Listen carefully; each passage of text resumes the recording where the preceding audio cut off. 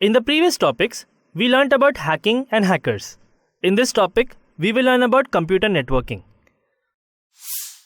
First, let's answer the obvious question. If we are learning to hack or secure web applications, then why learn about computer networking? Well, the answer is simple. Whenever you try to open a website, different types of computer devices interact with each other to show you the content of that website. To hack or secure websites, one needs to know how these computer devices interact with each other. You can think of it like this. To fix a broken fan, the electrician needs to know how electricity works or how the fan interacts with the switch. So if you want to be a good web application security expert, you must know about computer networking and other components related to it. So what is a computer network? Well, we all use Wi-Fi to access internet on our laptops and phones, right? Now these devices which are connected to the Wi-Fi router are also connected to each other via this router. That's how you are able to play Counter-Strike or other multiplayer games with your friends by just connecting to one Wi-Fi router. These different devices connected to each other via the Wi-Fi router form a computer network.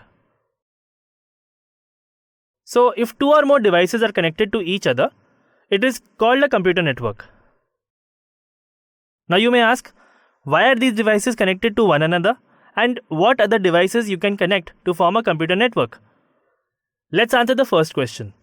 The devices are connected to each other for the purpose of file sharing, which means that the devices can share files with each other.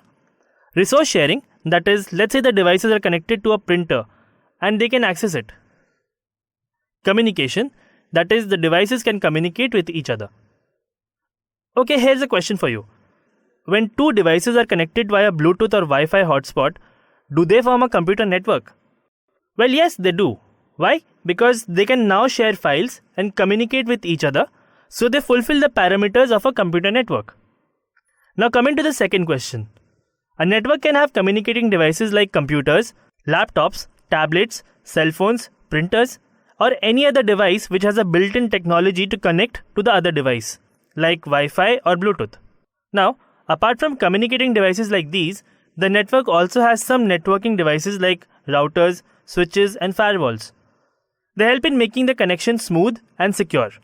So all the devices in a network, be it communicating devices or networking devices, are called nodes. Remember this term. We will be using it a lot in the upcoming topics. So we have learned what a computer network is and the terminologies associated with it. Click on next whenever you are ready.